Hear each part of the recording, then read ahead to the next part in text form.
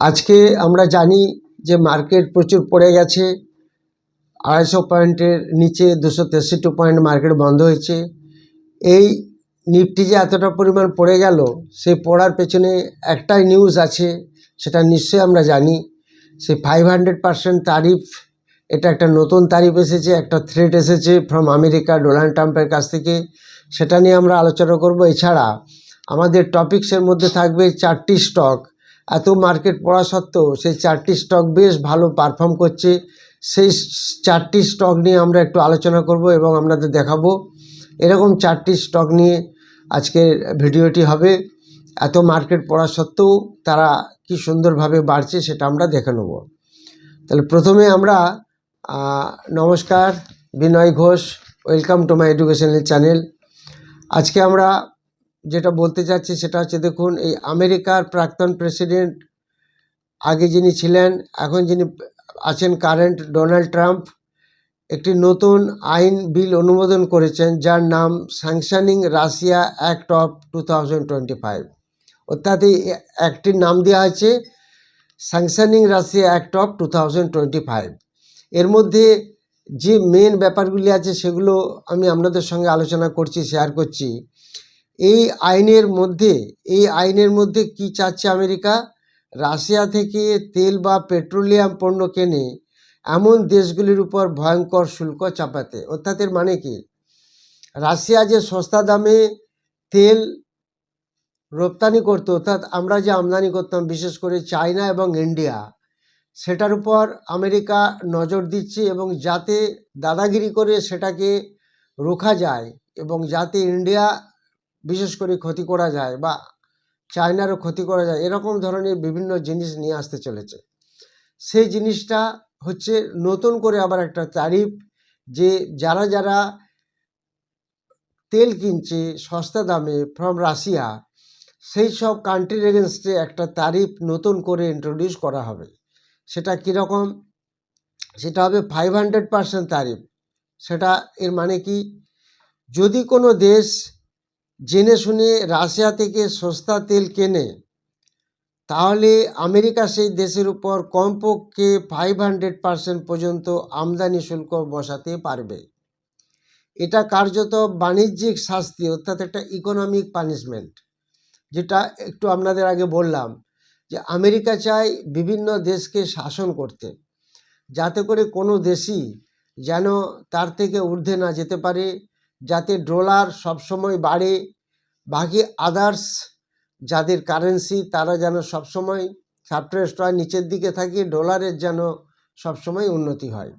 এটা চাচ্ছে America, Donald ট্রাম্পের দেশ। কিন্তু সেটা কিভাবে কার্যকরী করার চেষ্টা করছে সেটা আমরা একটু দেখে নেব। এই যে 500 তারিফ বসাচ্ছে, এটা ভারতের জন্য খুবই গুরুত্বপূর্ণ। এটা কেন গুরুত্বপূর্ণ সেটা আমরা দেখে নেব। এটা আমরা বলছি ভারতের জন্য গুরুত্বপূর্ণ, তার কারণ হচ্ছে ভারত বর্তমানে রাশিয়া থেকে অনেক পরিমাণ তেল আমদানি করে এবং অনেক সস্তায়। তো সেই কারণে এই আইন যদি কার্যকর হয়, কোন আইন? যেটা 500% তারিফ লাগানো হবে, এই আইন কার্যকর হলে ভারতের এনার্জি ইম্পোর্টে প্রচুর চাপ আসতে পারে। ভারত আমেরিকা বাণিজ্য সম্পর্কেও একটা বড় টানাপোড়েন হতে পারে, সেটা তৈরি হতে পারে এই ভারতবর্ষ এবং আমেরিকাকে নিয়ে। কিছু পণ্যের দাম বাড়ার ঝুঁকি থেকে যাবে এবং সেটা অলরেডি এসে যাবে। এই ধরনের জিনিস আসতে পারে ভারতীয় মার্কেটে, যার ফলে একটা ডামাডোলের বাজার শুরু হতে পারে। সেই কারণে এটা ভারতের কাছে একটা বড় গুরুত্বপূর্ণ দিক। এটা সাইমালটেনিয়াসলি চীনের উপরও সেম প্রভাব পড়বে, যেহেতু চায়না এবং ইন্ডিয়া রাশিয়া থেকে সব থেকে বেশি তেল আমদানি করে। এই দুদেশেই এই আইনের টার্গেটে আসতে পারে, দুদেশই এই আইনের টার্গেটে চলে আসতে পারে। এই আইনটা খুবই শক্ত আইন, সেটা আমরা বুঝতে পারছি, এবং এটা ইকোনমিক পানিশমেন্ট। এই আইনটা কতটা শক্ত বা কী ধরনের আইন সেটা যদি আমি আরেকটু দেখে নিই, সেটা আমরা দেখতে পাচ্ছি যে মার্কিন সেনেটর লিন্ডসে গ্রাহাম বলেছেন, এই বাইপার্টিশিয়ান বিল, অর্থাৎ আমেরিকায় যে দুটো পার্টি চলে, ডেমোক্রেট এবং রিপাবলিকান, এই দুজনেই সমর্থন করছে এই বিলটির জন্য। সেই জন্য এই বিলটি তাড়াতাড়ি পাস হয়ে যেতে পারে এবং পাস হওয়ার সম্ভাবনা অনেক বেশি। তাহলে এরকম যদি একটা বিল পাস হয়, একটা নিউ তারিফ 500%, তাহলে আমেরিকা রাশিয়াকে চাপে ফেলতে চাইছে। রাশিয়া তেল কিনলে 500 পর্যন্ত শুল্ক বসাচ্ছে যেসব দেশগুলি অলরেডি আমদানি করবে। সেটা ভারত ও চীনের জন্য একটা বড় জিও পলিটিক্যাল ইকোনমি ঝুঁকি হয়ে যাচ্ছে। মার্কেটে ভলিটিলিটি বাড়তে পারে, বিশেষ করে তেলের মার্কেট এবং আমাদের ফিন্যান্স মার্কেটে, মেনলি শেয়ার মার্কেটে। এইটা যদি প্রভাব বিস্তার করে, এটা যদি, তাহলে শেয়ার মার্কেটকে অনেকটা প্রভাবিত করতে পারে। সেই কারণেই আজকে মার্কেট অনেকটাই পড়ে গেল, এই মেইন একটি কারণের জন্য। এর সাথে সাথে আমরা 4টি স্টক নিয়ে আলোচনা করব। এত মার্কেট পড়া সত্ত্বেও সেই স্টকগুলো কিন্তু পড়লো না, উল্টে অনেকটা বাড়লো। এরকম 4টি স্টক নিয়ে আমরা আলোচনা করব, খুব ছোট ছোট স্টক, অথচ ভালো স্টক, ফান্ডামেন্টালি স্ট্রং। প্রথম যে স্টকটা আমি আপনাদের দেখাবো সেটা হচ্ছে, দেখুন, এই নিভা বুপা। নিভা বুপা একটা ইন্স্যুরেন্স কোম্পানি, জানেন। এই স্টকটা যদি আমরা দেখি, দেখুন এই লাস্ট 3 দিন একটা গ্রিন সিগন্যাল দিয়ে যাচ্ছে এবং আজকে প্রচুর পরিমাণ বেড়েছে এই নিভা বুপা স্টকটি। আজকে মার্কেট এত পড়া সত্ত্বেও 4% বেড়েছে, এটা দেখে আমরা বুঝতে পারছি। এই চার্টটা হচ্ছে Niva Bupa health insurance company limited. এই স্টকটার দিকেও আমরা নজর রাখবো। তার সাথে সাথে আরও যে স্টকগুলি আমরা দেখব সেটা এক একটি দেখে নিচ্ছি। ট্রাইডেন্ট, এই স্টকটিও দেখুন, আজকে এটার হাই লো দেখলে আমরা দেখতে পাচ্ছি এটার হাই আছে এই হাই আছে 28 টাকা 50, লো আছে 26 টাকা 11। একটি ছোট স্টক কিভাবে কতটা হাই লো করেছে সেটা দেখে আমরা বুঝতে পারছি। এখানে হাই ছিল, এখানে লো গেছে, অতএব একটা বেশ বড় একটা ক্যান্ডেল তৈরি করেছে, সেটা দেখে আমরা বুঝতে পারছি। এটা স্টকটার নাম হচ্ছে ট্রাইডেন্ট লিমিটেড। এটা 1 ডে চার্টে আমি আপনাদের দেখাচ্ছি। এই স্টকটাও বেশ ভালো মুভমেন্ট হয়েছে। এর সাথে সাথে আরেকটি স্টক আইডিএফসি ফার্স্ট ব্যাংক, এটাও বেশ ভালো মুভমেন্ট দিয়েছে আজকে। আইডিএফসি ফার্স্ট ব্যাংকও আজকে 2%-এর মতো বেড়েছে, আরও বেশি বেড়েছিল, লাস্টে 2%-এর মতো জায়গায় ক্লোজিং দিয়েছে। এটি 3 নম্বর স্টক। 4 নম্বর স্টক যেটা আমি আপনাদের দেখাবো, এটি একটি নিফটি 50 স্টক। এই স্টকটির নাম হলো এটার্নাল।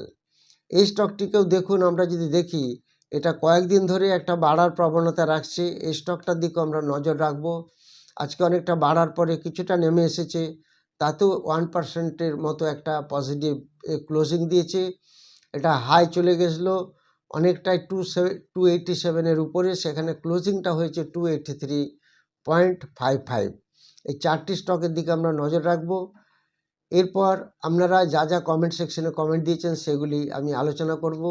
তার আগে আপনাদের জানিয়ে দিই যে 15 ফেব্রুয়ারি, জাস্ট নেক্সট মান্থের 15 ফেব্রুয়ারি সানডে সকাল 10টা থেকে একটি ব্যাচ শুরু হবে।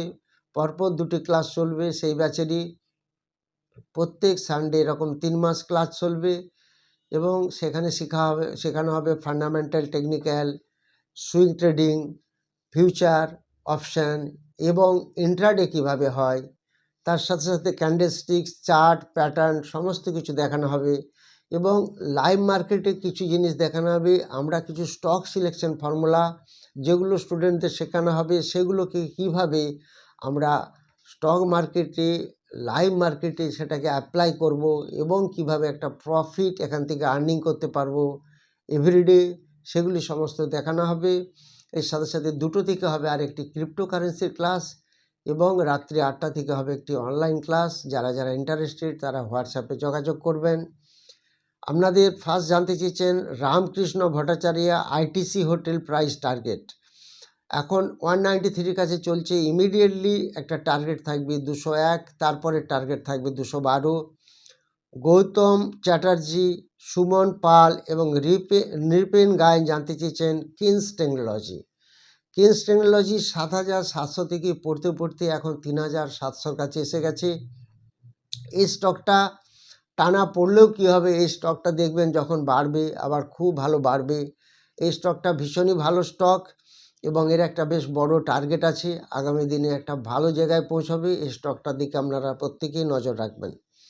খুশি রক্ষী জানতে চেয়েছেন এক্সিম রুট স্টকটি কি নিয়ে ব্যবসা করে। খুব ভালো প্রশ্ন, এরকম প্রশ্ন খুব সবাই কম করেন। অ্যাকচুয়ালি সবাই কোম্পানির সম্বন্ধে জানতে চান না। মেনলি যেটা ব্যবসা করে এক্সিম রুট সেটা হচ্ছে logistics and supply of recyclable paper. এই দুটি হচ্ছে main sector of Exim Routes stock. Jiban Banerjee জানতে চেয়েছেন কার্নিক্স মাইক্রোসিস্টেম এর সাপোর্ট কীরকম রাখতে পারি। এর সাপোর্ট থাকবে 1202 টাকার মতো একটা সাপোর্ট থাকবে। জীবন ব্যানার্জি এটা জানতে চেয়েছিলেন। নেক্সট জানতে চেয়েছেন সুচলন এনার্জি টার্গেট কীরকম কি হতে পারে, সেটা অনেকেই জানতে চেয়েছেন। সেটা মোটামুটি ফার্স্ট টার্গেট হতে পারে একটা 55 এবং সেকেন্ড টার্গেট হতে পারে 61। এগুলো ইমিডিয়েট টার্গেট।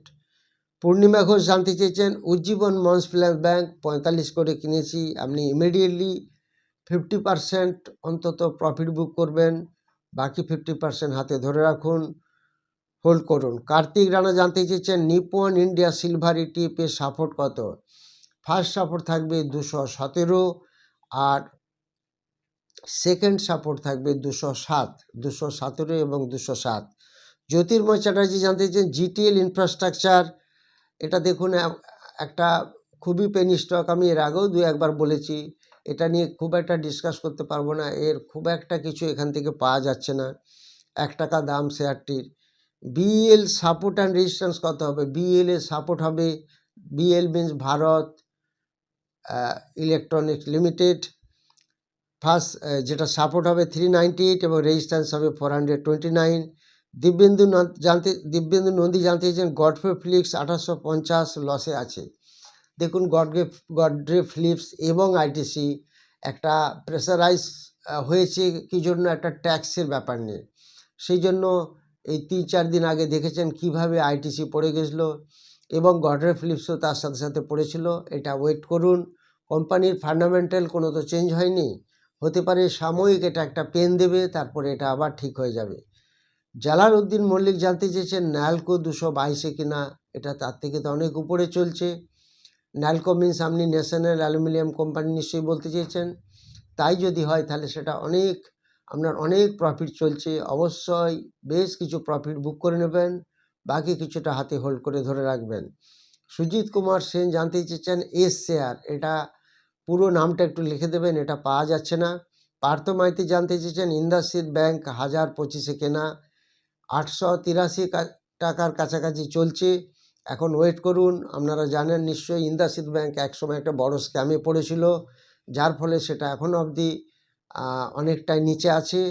এটা একটু হোল্ড করুন, ওয়েট করুন, দাম এসে যাবে। উত্তম চ্যাটার্জি জানতে চেয়েছেন বাটা ইন্ডিয়ার পজিশন ইদানিং ভালো যাচ্ছে না, প্রফিটও কমছে, খুব একটা ভালো পজিশনে নেই। রিঙ্কু শাহ জানতে চেয়েছেন ইরকন 294, এটা ওয়েট করুন, বাজেট পর্যন্ত দেখুন, তারপর যদি এফেক্ট না হয় আপনাকে অ্যাভারেজ করতে হবে অথবা বেঁচে বেরিয়ে আসতে হবে। দেবরাজ পাল জানতে চেয়েছেন 5 স্টার বিজনেস, 5 স্টার কি ফিন্যান্স না কি, একটু ডিটেলস ক্লিয়ার লিখে দেবেন তাহলে সুবিধা হবে। রিয়ান মাইতি জানতে চেয়েছেন ইকো রিসাইক্লিং, এটা ঠিক পাওয়া যাচ্ছে না, পুরো ডিটেলসটা আপনি একটু লিখে দিলে ভালো হবে। আরবি ইনফ্রা জানতে চেয়েছেন অনেকে, এটা 48 কেনা বলে জানতে চেয়েছেন। এটা অ্যাকচুয়ালি দেখুন এটা 42-এর কাছাকাছি এখন দাম চলছে, এটা নিয়ে ওয়ারিড হবেন না। আরবি বেশ ভালো শেয়ার, আগামী দিনে ভালো রিটার্ন পাবেন, এটা আরবি ধরে রাখতে পারেন, কোনো প্রবলেম নেই। দিশা বাসু জানতে চেয়েছেন আইটিসি পজিশন, একটু আগেই বললাম আইটিসি নিয়ে ওয়ারিড হওয়ার কোনো কারণ নেই, আইটিসির ফান্ডামেন্টালি কোনো চেঞ্জ হয়নি। আইটিসি সাময়িক একটা পেনে আছে ডিউ টু একটা ট্যাক্সের ব্যাপারে, এটা ঠিক আস্তে আস্তে ধীরে ধীরে বেড়ে যাবে। নেক্সট জানতে চেয়েছেন Lucy Bhandari Time Technoplast support and resistance. Time টেকনোপ্লাস্টের সাপোর্ট থাকবে 179 অ্যান্ড রেজিস্ট্যান্স থাকবে 199। পৃথ্বীশ গাঙ্গুলি জানতে চেয়েছেন সুইগির রেজাল্ট ভালো নেই, সুইগির রেজাল্ট খারাপ, প্রফিটও কিছু হচ্ছে না সেরকম, এটা নিয়ে একটু নজরে রাখুন। রেজাল্ট কীরকম আসছে কোয়ার্টারলি। সঞ্জয় বিশ্বাস জানতে চেয়েছেন ওলা কি 80 টাকা যাবে 7 দিনে? আপনি স্টক মার্কেটে কিভাবে কাজ করেন আমি জানি না। ওলা 40 টাকার কাছে দাম চলছে, আপনি বলছেন 7 দিনে 80 টাকা যাবে কিনা, এটা বলা খুব শক্ত, সেটা আপনি নিজেও জানেন আপনি কি বলছেন। এটা এরকম ধরনের প্রশ্ন তো উত্তরই দেওয়া যায় না। একটা স্টক 7 দিনে ডবল হয়ে যাবে, ওলার মতো শেয়ার, ওলা যেখানে এত লসে আছে, ওলা কদিন আগেই 30-এর কাছাকাছি দাম চলে এসেছিলো, সেটা নিশ্চয়ই দেখেছেন। যাই হোক, যারা কমেন্ট সেকশনে কমেন্ট দিচ্ছেন তারা আবার কমেন্ট দেবেন, সেগুলো আমি আবার বলে দেবো। যারা 15 ফেব্রুয়ারি অফলাইন ব্যাচে ক্লাস করতে চান, ইকুইটি মার্কেটের ক্লাস বা ক্রিপ্টোকারেন্সির ক্লাস করতে চান, অফলাইনে ক্লাস হবে, বা অনলাইনে ক্লাস করতে চান ইকুইটি বা শেয়ার মার্কেটের ক্লাস, যেটা রাত্রি 8টা থেকে অনলাইনে শুরু হবে, আপনারা হোয়াটসঅ্যাপে যোগাযোগ করবেন, সেগুলির ডিটেলস বলে দেওয়া হবে। যারা ভিডিওটি নতুন দেখছেন তারা অবশ্যই সাবস্ক্রাইব এবং লাইক করবেন এবং শেয়ার করবেন। Thank you very much for watching my video.